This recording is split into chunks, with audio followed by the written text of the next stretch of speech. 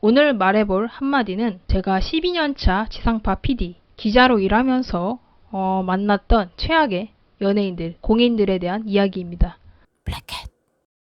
지금은 국회 기자로 활동하고 있지만 이전에는 이제 MBC, KBS, EBS, 그 동아일보의 채널 A 등에서 일했습니다. 제가 이렇게 다양한 회사에서 일했던 건 그 연차가 쌓이면서 더 높은 연봉을 주는 언론사에 이직을 했기 때문이고요. 그런 덕분에 소녀시대, 가수 유나, 타일러 라쉬, 탁구 신동으로 불리는 국가대표 신유빈 선수 등 다들 알만한 연예인들, 공인, 국회의원들을 많이 인터뷰할 수 있었습니다.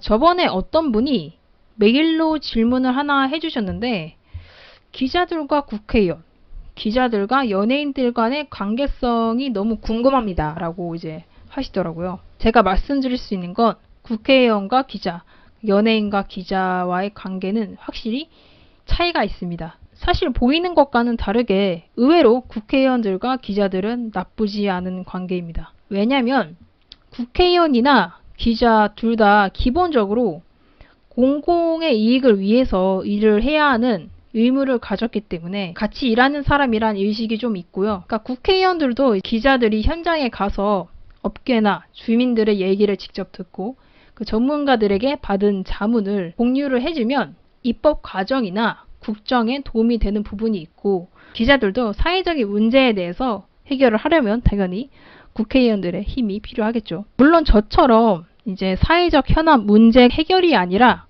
정치적인 이슈를 중점으로만 보도를 하는 이제 기자들은 별개로 치겠습니다. 반면에 연예인들은 국회의원들과는 다르게 공익적 책임감이 없는 편입니다.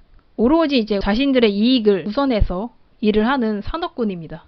그러니 지금 기자들과는 조금 더 껄끄러워질 수 있는 사이는 맞고요. 연예인들이 기자들을 멀리하는 이유 중 하나가 그 국회의원들은 숨겨진 땅이 있거나 불법 청탁을 하는 등의 일종의 비리 사실이 밝혀져도 정치적 성과나 공익적 일을 하기 때문에 조금 유하게 넘어가거나 피해갈 수 있습니다. 연예인들은 오로지 스스로를 위해서 일을 하기 때문에 이미지 실추로 인한 타격이 더 크고 치명적이기에 기자의 보도에 대해서 조금 더 예민하게 생각할 수밖에 없습니다. 그뿐만은 아니고 사실 기자가 일하는 여러 카테고리 중에서 특히 연예부 기자들이 유별난 구석이 많습니다. 전부 다는 아닌데 일명 변태 같은 사람들이 많아요. 한 예로 들자면 유튜버로 유명한 좀 이용호 연예부장 이 딱 그런 스타일. 연예인들의 약점을 잡기 위해서 주도권을 잡기 위해서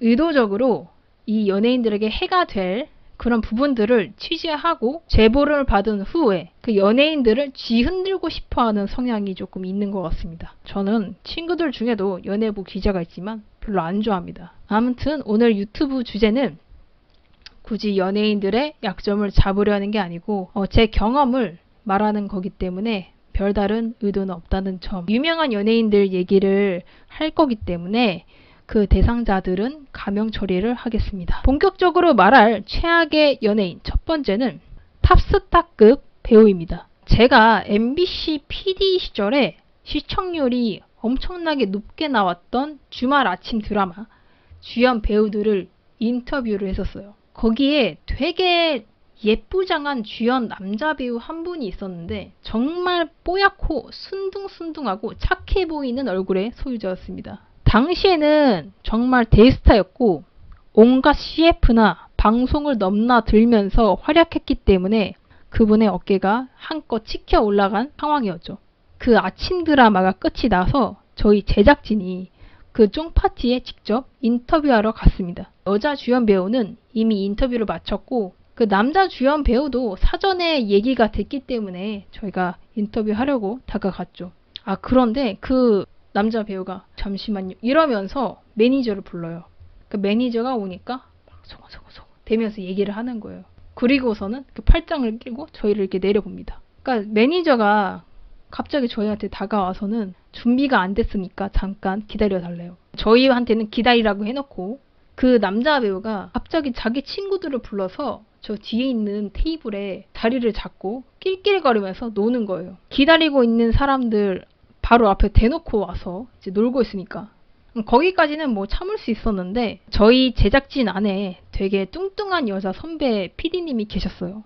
갑상선이 안 좋아서 몸이 부으셨던 건데 근데 그 배우가 그 선배를 가리키면서 누가 봐도 뚱뚱해서 되게 둔하다는 제스처를 하고 비우는 거예요.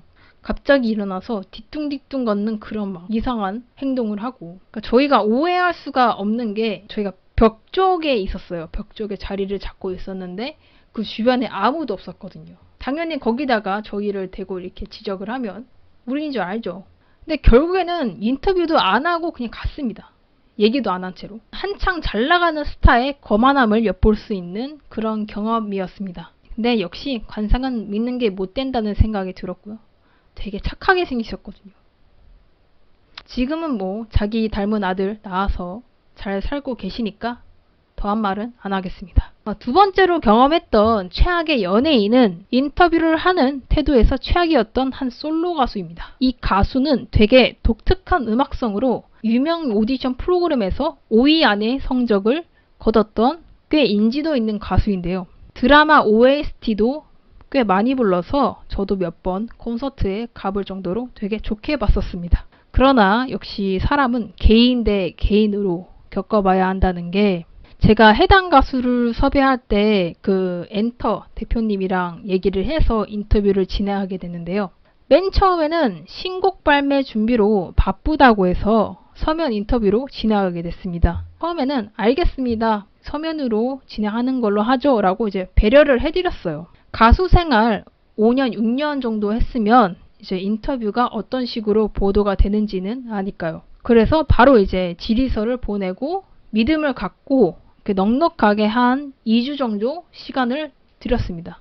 근데 바쁘다고 했는데 답변서가 좀 일찍 저한테 온 거예요. 근데 그때 엔터 쪽 사람들도 뭔가 되게 미안한 어투로 가수 땡땡땡 씨가 답변을 하긴 했는데 혹시 부족하다 싶으면 연락을 달라고 이제 언급을 하더라고요. 그 얘기를 듣고 뭔가 불안했죠. 제가 바로 핸드폰으로 답변서를 보니까 진짜 하나도 과장 안 하고 정말 인터뷰하기 싫다는 태도가 물씬 묻어나오는 답변을 준 거예요.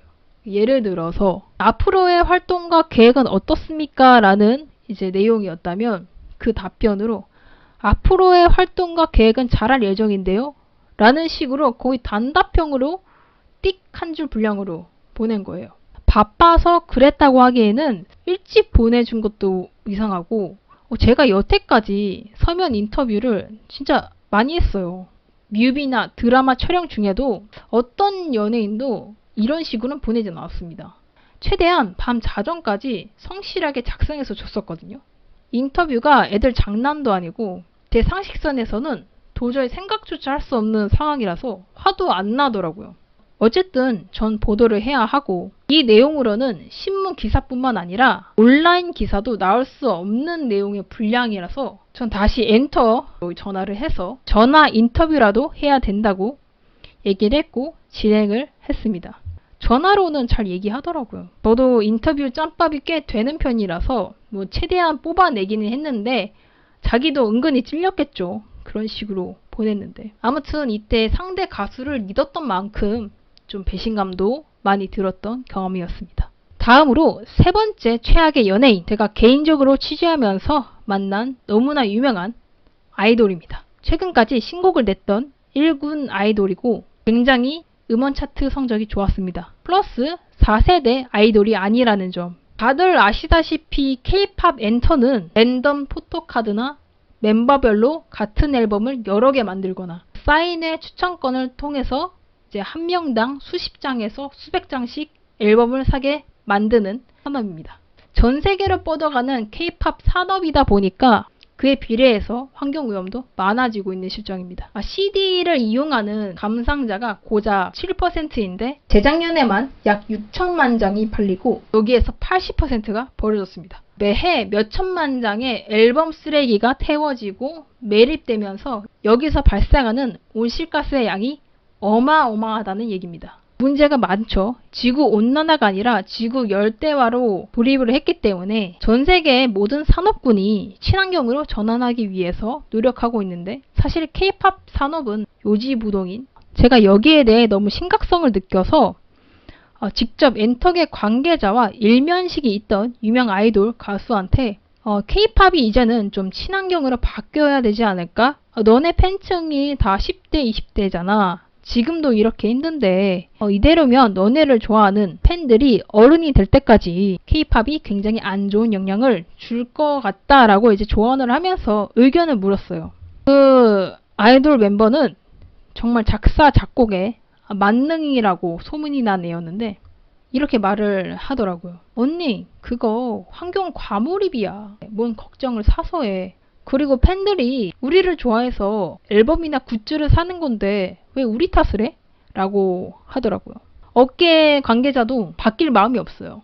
계속 똑같이 할 거래요. 왜냐면 그걸로 잘 나갔으니까. 하다못해 국회의원들은 자기 지지자들을 위한 정책을 내려고 하는데 이건 자기 팬들이고 뭐고 그냥 돈만 벌면 된다는 마인드니까 솔직히 정이 뚝 떨어지더라고요. 저도 기자로서 K-팝 관련한 문제 제기 기사를 보도해서 국회에서도 제 기사를 언급한 적이 있습니다. 여러 국회의원들도 관심을 가져주더라고요. 열심히 연구를 하고 있고 저는 솔직히 저와 제 가족, 친구들, 친척들을 위해서 그 어린 아이돌과 변화가 없는 K-팝 업계에 응원은 못할 것 같습니다. 마지막 최악의 연예인 공인은 바로 인성 파탄 MBC 젊은 아나운서 썰입니다. 제가 이재용 아나운서가 MC인 프로그램을 담당하는 PD였는데 마침 2주간 이재용 아나운서 일정 때문에 다른 아나운서로 교체가 됐었습니다. 그게 MBC의 어떤 젊은 남자 아나운서였는데 와, 처음부터 진짜 싸가지가 없더라고요. 제가 웬만해서는 이런 얘기를 안 하는데 스튜디오 딱 들어와서는 인사를 제대로 안 합니다. 그 스튜디오 안에는 20, 30년 경력의 아버지뻘 나이 카메라 감독님들이 9명 이상이 미리 준비하고 앉아 있습니다. 아니, 자기보다 대선배들도 오늘도 잘 부탁드립니다 라고 이 정도는 입 밖으로 내서 인사하거든요. 근데 이 사람은 그런 것도 없습니다. 그리고 생방송이 시작하고 나서는 더 과간입니다. CM이 끝나고 그 생방송 시작이 될 때 제가 프론트에서 사인을 줍니다. 3, 2, 1, 큐 이렇게 사인을 줘요. 아무리 방송 짬밥이 오래돼도 김성주 아나운서나 이재용 아나운서와 같은 간판 MC도 자기 멘트가 언제 들어갈지 대략은 알아요. 자기들도. 근데 그래도 앞에 PD의 큐 사인을 보고 들어갑니다. 근데 이 젊은 아나운서는 제가 큐 사인을 주기도 전에 지미지 카메라가 풀샷으로 스튜디오를 잡고 있는데 바로 멘트를 치는 거예요. 원래는 그러면 안 되는 거거든요. 풀샷으로 잡고 나서 패널들 한번 훑어 주기도 하고 바로 이제 MC 쪽으로 타이트샷으로 들어가는데 그때 이제 자기네들이 잡힐 때 그때 멘트를 쳐야 됩니다. 그러니까 의도적으로 제작진들을 무시하는 거죠. 그것뿐만 아니라 PD, 작가들이 제일 바쁜 시간인 생방송 중에 이렇게 손짓으로 PD랑 작가를 부릅니다. 심부름을 시키려고 막 옆에 물이 든 컵이 있는데 물 페트병을 2병 더 갖다 달라. 휴지를 더 갖다 달라 하면서 정작 갖다 주면 안 마시고 안 써요. 큐시트도 막 쓸데없이 낙서를 해서 2장, 3장 새로운 걸 갖다 달라고 합니다. 뭘 적어나 봤어요, 큐시트에. 큐시트를 보면 별 내용도 없이 그냥 동그라미 같은 게 그려져 있습니다. 나중에는 자기도 민망했는지 자기가 낙서했던 큐시트를 나갈 때 자기 주머니에 놓고 가더라고요. 제가 이 영상을 찍기 전에 그 아나운서 이름이 너무 기억이 안 나서 검색을 해봤는데 역시나 검색이 안 됩니다. 그런 식으로 일을 했으면 일을 못한 거죠. 자, 여기까지 제가 PD, 기자 생활을 하면서 만났던 최악의 연예인 공인들이었습니다. 이외에도 더 많이 있긴 한데요. 그건 나중에 또 기회가 있으면 얘기를 하도록 하겠습니다. 사실 제가 만났던 최악의 연예인들보다는 최고의 연예인들이 더 많습니다. 조금 말해보자면 그 김성주 아나운서 정말 아직까지도 저에게는 최고의 아나운서고요. 가수 유나, 사건의 지평선으로 멜론 차트 1위를 받았던, 그리고 방송인 타일러 라쉬, 엄청 똑똑하신 분이죠. 박진희, 배우 박진희 분인데 제가 처음이자 마지막으로 감사합니다, 사랑합니다 라고 이제 손수 감사 편지를 썼었던 분입니다. 영상을 마치면서 한마디 말씀드릴 수 있는 건 제가 12년 동안 언론계에서 일하면서 느낀 게 요즘에는 결과 만능주의라는 말이 있잖아요. 과정이 안 좋아도 결과만 좋으면 결국 좋은 거다. 저도 20대 중반까지는 그걸 믿고 있었습니다. 그런데 실제로는 아니더라고요. 저희 언론 매체에서도 인성이 안 좋으면 성과가 좋은 사람이 거의 없습니다. 주변 사람들, 동료분들한테 최소한의 예의를 지키려고 노력하는 사람이 더 오래가고 위로 가는 것 같습니다. 자, 다음에는 다시 국회 기자로서 실제 현장의 정치 이야기로 돌아오겠습니다.